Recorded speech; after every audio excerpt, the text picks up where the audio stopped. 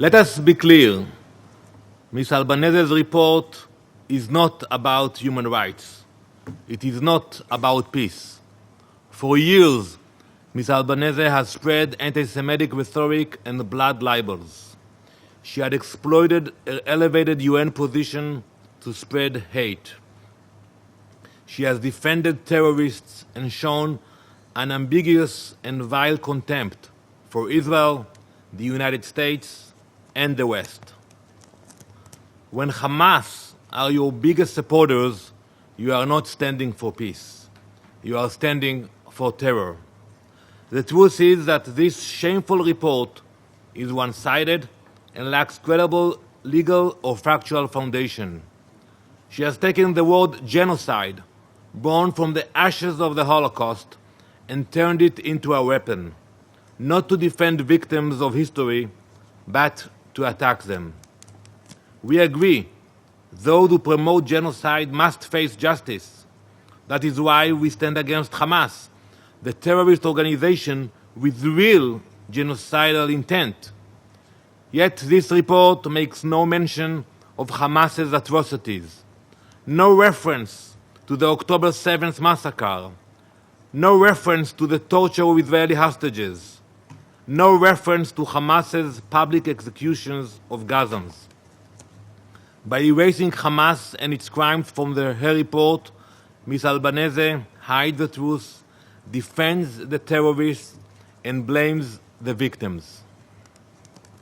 She calls convicted terrorists, murderers, and rapists Palestinian hostages, equating them with the innocent Israeli hostages held in Hamas's terror tunnels. Ms. Albanese, every time you try to curse Israel with falsehood and libels, your curses fail. Ms. Albanese, you are a witch, and this report is another page in your spellbook. You have tried to curse Israel with lies and hatred, but your poison has failed. Every page of this report is an empty spell. Every accusation, a charm that does not work, because you are a failed witch. Your words have no power, and your report will have no impact. Every time you try to curse us, the opposite happens. On July 3rd, you demanded sanctions against global companies, including some of America's largest, for working with Israel. 6 days later, it was you who was sanctioned by the United States, not for defending human rights, but for spreading hate and lies. You parade as a lawyer, yet hold no license to practice. Instead, you wrap your bias in the language of law, hoping it will hide what it really is: Hamas propaganda. You call Israel, the greatest threat to international peace and security, and for our suspension from every organization.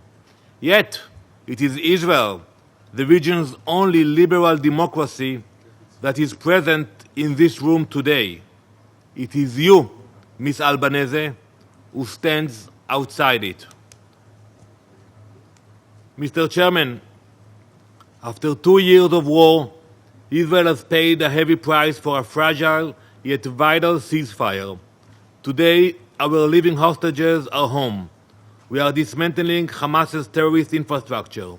We continue to fight for the return of 13 fallen hostages whose remains are still held in Gaza. Israel is not the obstacle to peace.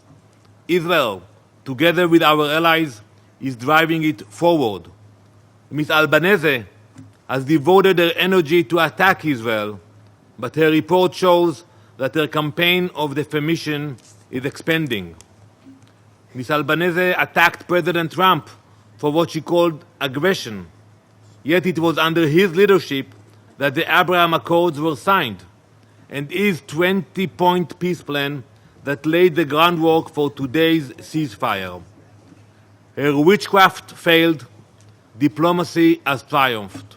So now she directs her curses toward other nations, our allies, partners, and friends who stand for democracy and the rule of law.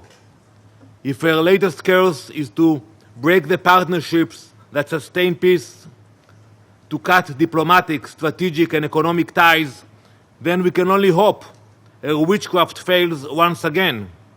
May her curses continue to backfire, turning into blessings that build cooperation, develop alliances, and advance peace and prosperity. Through history, those who cursed the Jewish people only made us stronger. Their hatred never destroyed us. It reminded us who we are.